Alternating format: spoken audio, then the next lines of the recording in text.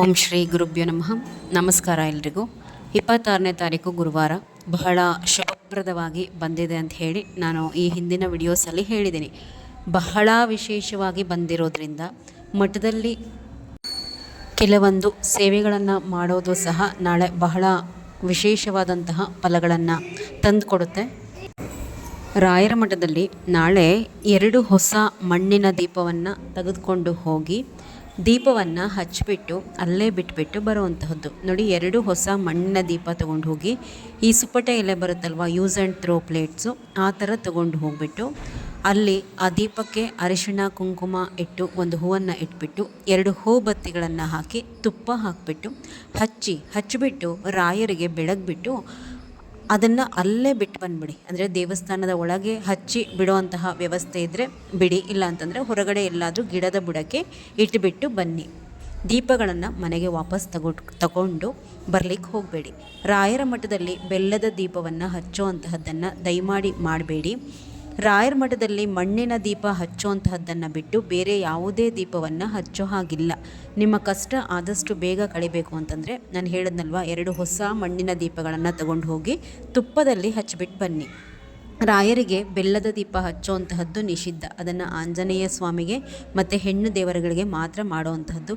ಮಠದಲ್ಲಿ ಹಚ್ಚಿರ್ತಾರೆ ಅಂತಂದು ಅವರು ಇವರು ಹೇಳೋದನ್ನು ವಿಡಿಯೋಸನ್ನು ನೋಡ್ಲಿಕ್ಕೆ ಹೋಗಬೇಡಿ. ಯಾರೋ ಗೊತ್ತಿಲ್ಲದಲೇ ತಪ್ಪು ಮಾಡಿ ಅದನ್ನು ಅಲ್ಲಿ ಹಚ್ಚಿಟ್ಟ ತಕ್ಷಣ ಅದು ಸರಿ ಅಂತ ಹೇಳಿ ಆಗೋದಿಲ್ಲ.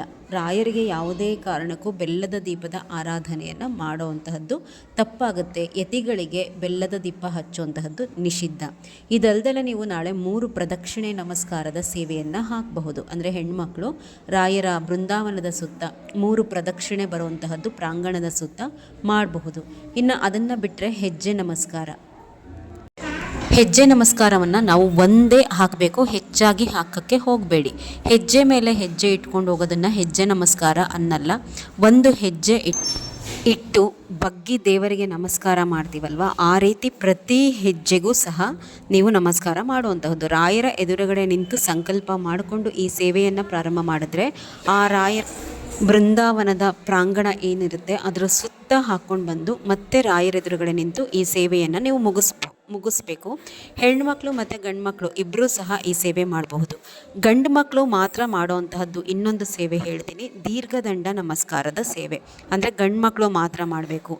ಒಂದು ಹೆಜ್ಜೆಗೆ ಒಂದು ದೀರ್ಘದಂಡ ನಮಸ್ಕಾರ ಹಾಕುವಂಥದ್ದು. ಅಂದರೆ ನಾವು ಮಲಗ್ತೀವಲ್ವ, ಆ ರೀತಿ ನೀವು ಪೂರ ಮಲ್ಕೊಂಡು ನೆಲದ ಮೇಲೆ ದೀರ್ಘದಂಡ ನಮಸ್ಕಾರ ಹಾಕುವಂತಹದ್ದನ್ನು ಮಾಡಬಹುದು. ಇನ್ನು ಉಪವಾಸ ಮಾಡುವಂತಹ ಇಚ್ಛೆ ಇರೋರು 12 ಗಂಟೆವರೆಗೂ ಸಹ ನಾಳೆ ಉಪವಾಸ ಇರಬಹುದು.